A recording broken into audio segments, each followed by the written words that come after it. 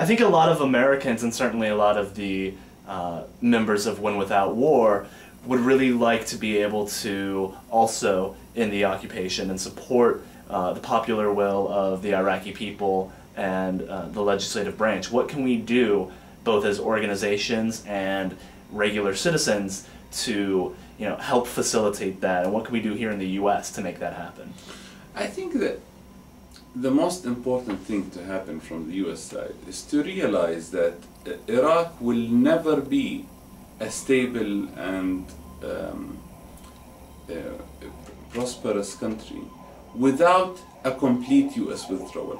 So I think regardless of what are the statistics of how many U.S. soldiers were killed this month or last month or the next month, this is not the issue. Iraqis don't react to what the level of violence is or what the level of electricity is. These are not the only things that Iraqis think about. They think about living in a sovereign, independent country that is not occupied.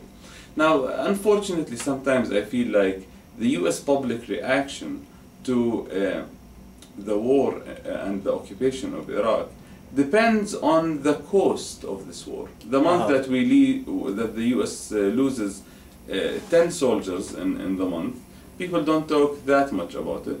The month that the U.S. loses 130, 140 soldiers, everyone talks about it.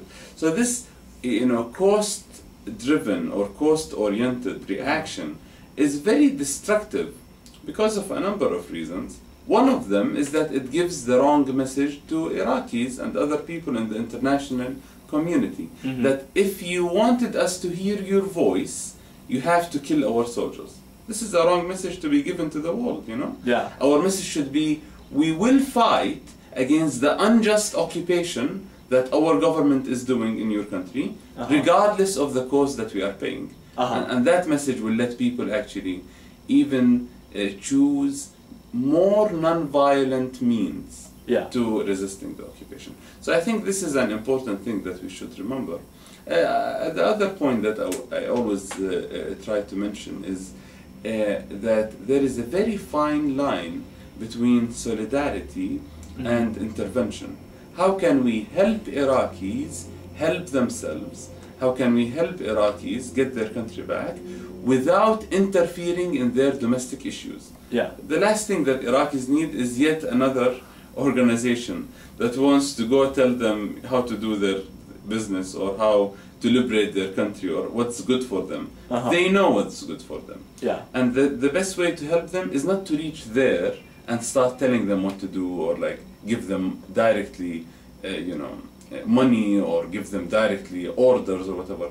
The best thing is to try to end the intervention from any US side and let them deal with it. I personally believe in the Iraqi people's capacity and right to self-rule Iraq, to determine their future by themselves without anyone interfering in that. And once we realize this, once we realize that Iraqis are capable, as much as Americans are capable, in self-ruling their country and self-determining their future, I think the conclusion is that we should leave them alone. The best gift to be given to Iraqis, the best support, is to leave them alone, to let them deal with their country without any more foreign intervention.